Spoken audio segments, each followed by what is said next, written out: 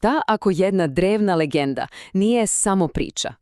Širom Karpata, znate, šapuće se da se nešto staro, nešto moćno budi. Priča se o povratku belih vukova. E pa, danas zaranjamo pravu u tu misteriju. Ove reči, one savršeno pogađaju tu neku atmosferu koja se širi planinskim selima Rumunije. I pazite, za mnoge to nije samo priča, to je stvaran, opipljiv osjećaj. Osjećaj da se nešto moćno, nešto zaboravljeno ponovo budi. A sve, baš sve, počinje na vrhovina planina. Dakle, priča kreće od nedavnih i potpuno neobjašnjivih događaja. A ono što je najzanimljivije, prvi izveštaj ne stiže od bilo koga, već od onih koji planinu poznaju u dušu. Od ljudi čija se reč tamo oduvek poštovala.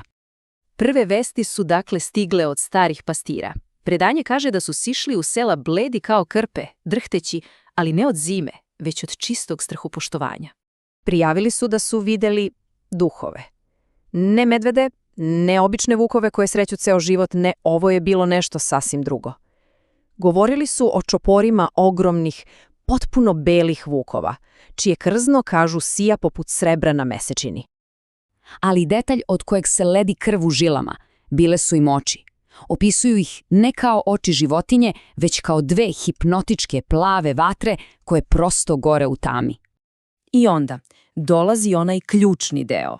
Detalj koji celu priču premešta iz sveta prirode u svet nadprirodnog. Prema svim svedočenjima, ova bića se kreću kao da lebde, ne ostavljaju apsolutno nikakve tragove u dubokom snegu, a to je nepogrešno znak njihove spektralne prirode. Dobro, ali odakle potiče ovakva priča? Da bismo razumeli šta se dešava sada, moramo da se vratimo daleko u prošlost. Tačnije, do jednog neverovatnog spoja drevne dačanske vere i hrišćanstva. Legenda nas, dakle, vraća pravo do drevnih dačana. Za njih vuk je bio sveta životinja, simbol snage, simbol njihove čuvene ratne zastave. Onda stiže apostol Andrej i umjesto da uništi njihovu veru, on radi nešto potpuno neočekivano. Sklapa sveti pakt. Blagosilja najmoćnije vukove, pretvora ih u duhovne čuvare, a zatim ih šalje u takozvani dugi san, praktično u drugu dimenziju, da čekaju vreme najveće opasnosti. I to nas vodi pravo do današnjih dana i do pitanja kako se ta legenda manifestuje sada. Pa prema verovanju povratak ovih vukova je zapravo aktivirao neku vrstu duhovnog štita. Ovdje vidimo tu suštinsku razliku. Dok se savremena odbrana oslanja na vidljivu tehnologiju, na dronove i radare, legenda tvrdi da Rumuniju sada štiti nešto sasvim drugačije. Ovi beli vukovi se smatraju dušama dačanskih predaka i veruje se da oni stvaraju neku vrstu elektronske magle, energetski štit koji je potpuno nevidljiv za bilo kakvu modernu tehnologiju. A kakvi su navodni efekti tog štita? Pa kruže priče o najsavremenijim radarima koji odjednom prosto oslepe, o dronovima koji jednostavno padaju s neba, netaknuti, bez ikakvog objašnjenja. Pominju se čak i strani vojni timovi koji su navodno doživjeli mentalne slomove blizu svetih planinskih područja. Jasno je, ovo nije priča o fizičkoj borbi, već o duhovnoj. Ipak, vukovi se nisu vratili samo da bi čuvali granice. Prema proročanstvu, njihov povratak je samo uvertira. Oni, naime, nekoga čekaju. I evo ga, ključno pitanje celog mita. Njihova pojava nije krajni cilj, ona je samo znak. Znak da se bliži dolazak jedne veoma važne figure. Dakle, da razjasnimo najvažniju stvar. Veliki beli vuk nije životinja, to je simbol, to je titula za čoveka, za duhovnog vođu koji će, kako legenda kaže, posjedovati hrabrost drevnih dačana, ali i veru hrišćanskih svetaca.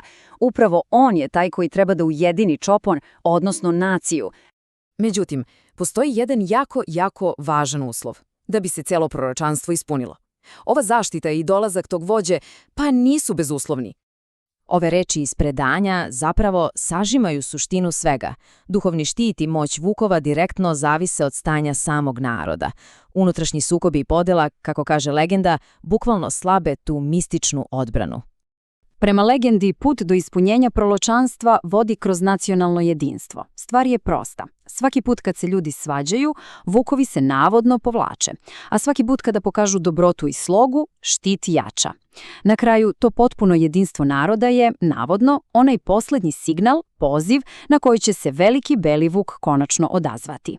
I na kraju, da li verujemo u proročanstvo ili ovo vidimo kao fascinantan deo folklora, ostaje nam ovo ključno pitanje.